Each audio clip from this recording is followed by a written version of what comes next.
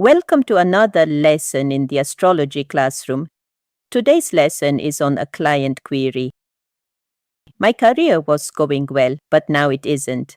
What is happening? Why is this happening to me now? And when will it be over? These were the questions a native came with. For many years, his career was progressing well. Then, almost suddenly, deals began falling through, opportunities slowed down, and he started experiencing financial losses. Like most people, he wanted answers to three simple questions. What is happening to my career now? Why is it happening? And when will things improve? In this lesson, we're going to analyze his birth chart together in a very beginner level and discover what it reveals about this person's current struggles in his career. Remember, you've only just learned the fundamentals of Vedic astrology. You're not expected to make highly precise predictions yet. But with the framework you've learned, you already have the tools to confidently decode the main themes of any birth chart and provide meaningful clarity. So, with that, let's begin. This is the chart of a male client in his mid-50s. The first step is to complete the pre-checks. To recap, here are the pre-checks in order. 1. Reconfirm the birth data before and after generating the natal chart. 2. Number the houses for easy referencing. 3. Draw the aspect arrows in green and red. Green for benefic and red for malefic aspects. 4. Print the template A and B for step-by-step analysis. 5. Assess the ascendant strength. Remember, no matter how full of promise a birth chart may be, it is ultimately the strength of the ascendant that determines whether a person can seize those opportunities, overcome life's challenges, and fulfill their potential. A strong ascendant also gives the resilience to rise after setbacks, while a weak ascendant may struggle to fully express even the best combinations in the chart. Let's begin by assessing the ascendant house using template B.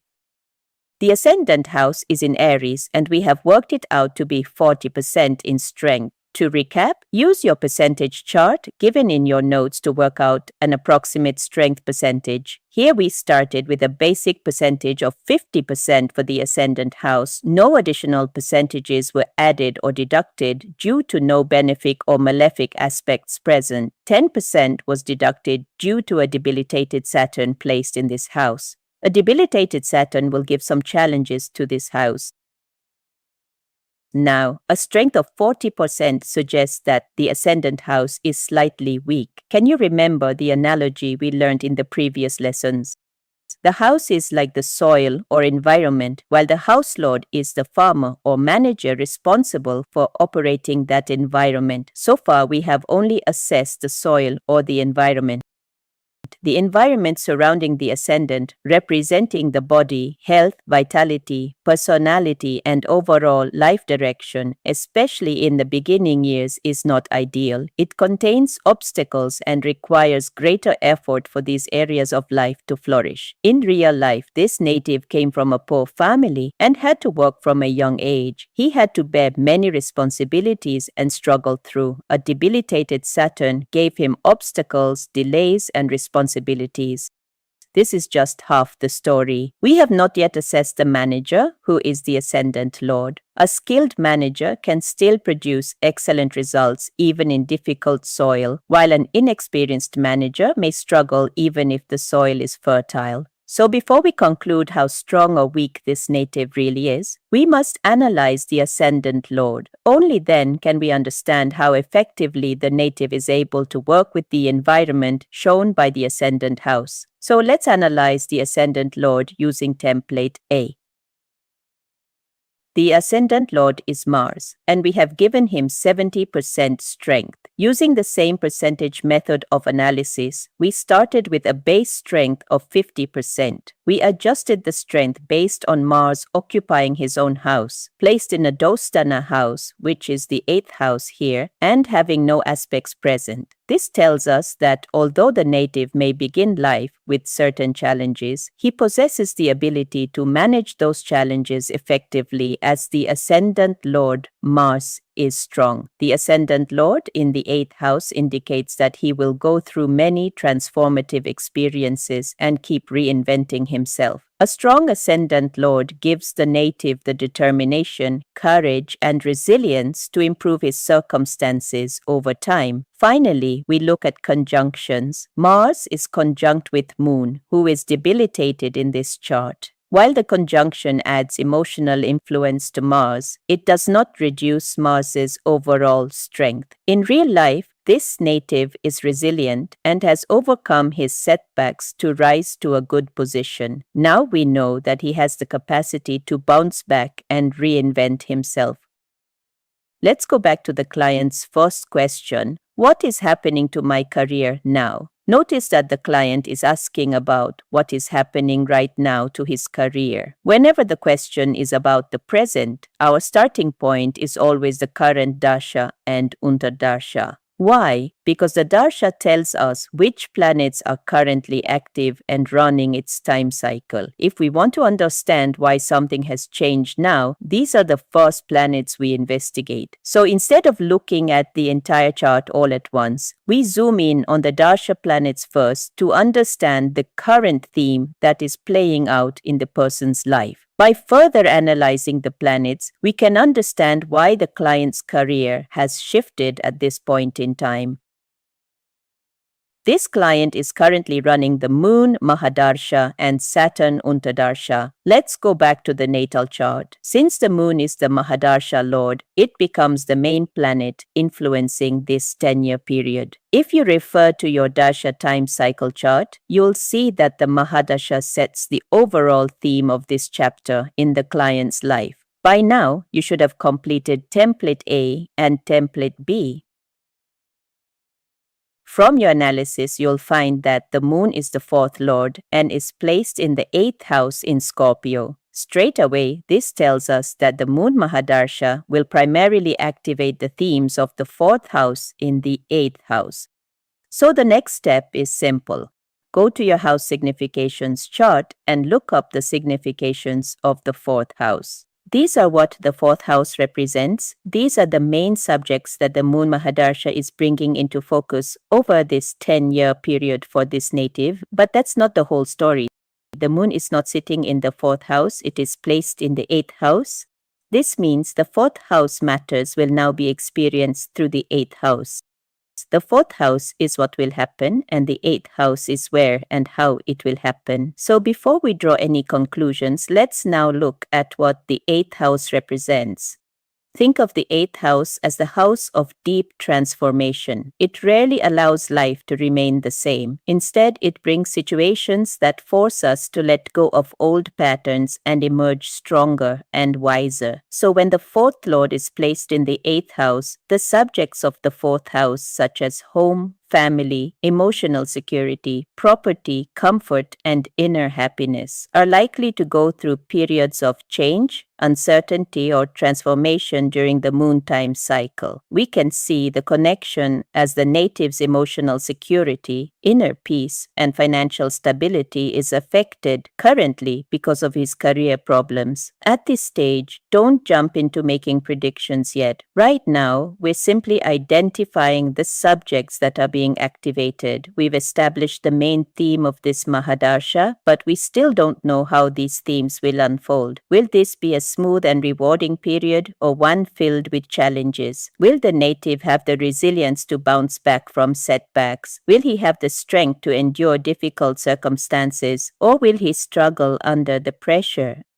Our next step is to assess the strength of the 4th house and its lord to understand the outcome of this period. Let's start with the 4th house itself.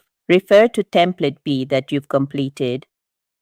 The 4th house falls in Cancer. There are no benefic aspects strengthening the house and no malefic aspects weakening it either. So we can consider the house to have average strength and we'll give it 50%.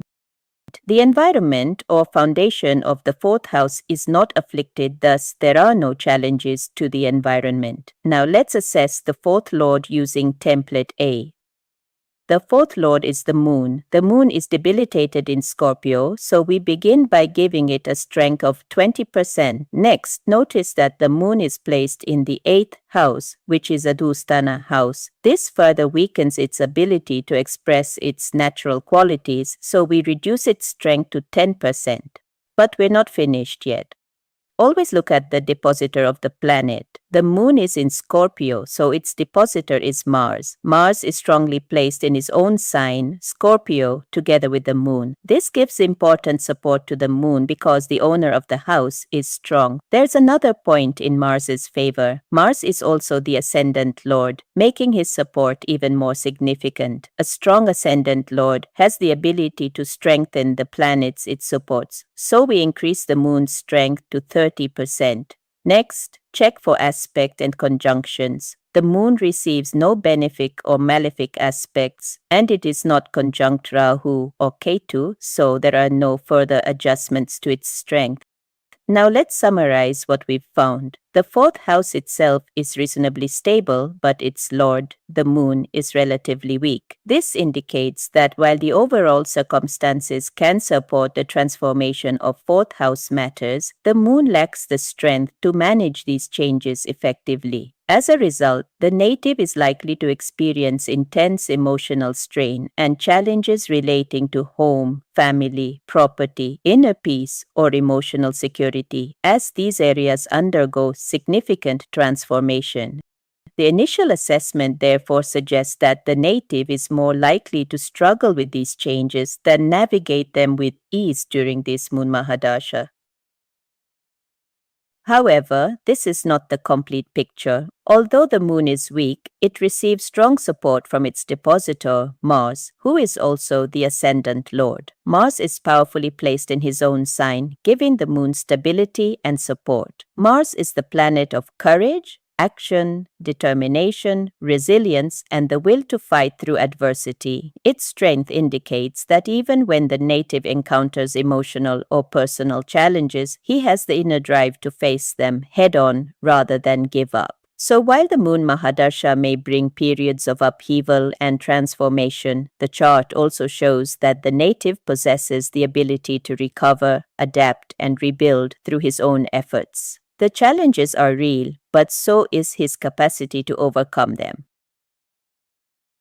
The Moon Mahadasha is asking the client to reevaluate what security, stability, and happiness truly mean. It often means a change in perspective. Additionally, with the moon placed in the 8th house, these changes may not be gradual. They can come unexpectedly, forcing the client to let go of old structures and adapt to new circumstances. This is why the client feels that life was going well before, but has now become uncertain. The key takeaway is this: the Moon Mahadasha is not taking away his stability permanently, it is reshaping it. Once the lessons of this period are learned, the client is likely to emerge with greater emotional maturity, stronger inner resilience, and a more solid foundation for the future. At this point, we have only analyzed the Mahadasha. To understand why these changes are happening now, we must also analyze the Saturn antardasha, because the antardasha determines how the current chapter is unfolding at this specific point in time. Now let's analyze the Saturn antardasha. Saturn is the 10th and 11th lord in this chart and is placed in the ascendant. Since the client's question is about career, this immediately catches our attention. The 10th house is the house of career, profession, reputation, and achievements. The current antardasha is directly activating the client's career house. Let's begin with the 10th house. Refer to template B. The 10th house receives a benefic aspect from Jupiter, which strengthens the house and brings opportunities, wisdom, and support. It also receives an aspect from Saturn. Although Saturn is a natural malefic, remember an important rule. When a house lord aspects its own house, it strengthens that house. Saturn may bring delays, pressure, and hard work, but he also helps build lasting results. Based on this analysis, we can give the 10th house a strength of 70%. This is a reasonably strong house. Now let's assess the 10th Lord Saturn. Using template A. Saturn is debilitated, so we begin with a strength of 30%. There are no benefic or malefic aspects directly influencing Saturn, so the strength remains unchanged. Next, we look at Saturn's depositor. Saturn is in Aries, whose ruler is Mars. Mars is strongly placed in his own sign, Scorpio, giving solid support to Saturn. Because the dispositor is strong, Saturn gains additional strength. We can therefore increase Saturn's strength to 45%. Now, let's put the pieces together. The 10th house environment is strong, but its lord is only moderately strong. This tells us that the client's career itself is not fundamentally weak. In other words, the chart does not suggest that he is incapable of having a successful career or that his professional path is coming to an end. Instead, the challenge lies in how the career unfolds and is managed. That is the second question of the native. Why is it happening now? A weakened Saturn brings delays, increased responsibilities, obstacles, heavy workloads, and slower progress, making success feel harder to attain. Saturn's time cycles are not meant to deny success, but to cultivate patience, discipline, perseverance, and resilience. It is a period to re-evaluate career priorities. As Saturn is in the ascendant house, this native can bring the stress of his career onto his body, especially the head. In real life, this native neglects his health due to work responsibilities. As a result, he suffers from bad headaches. Saturn's time cycle wants him to pull the brakes and go slow. When he understood this, he realized that the current slowdown in his career is not a sign of failure. It is a Saturn period asking him to work differently. Remember that Saturn is supported by a strong depositor who is the ascendant himself. It is therefore the choice of the native to prepare himself and remain strong during this period. We have analyzed and understood the current career challenges this native is going through. In the next lesson, we will work on his third question. When will this period end? Thank you for staying with me through today's lesson. Do subscribe for more lessons on applied Vedic astrology for beginners. If you would like to learn and apply Vedic astrology at a beginner level, do check out my Applied Vedic Astrology for Beginners course in the descriptions below. My lessons are in preloaded video format, just like the explainer video you just watched. The concepts are made easy with step-by-step framework to help you apply what you learn immediately. See you in the next lesson.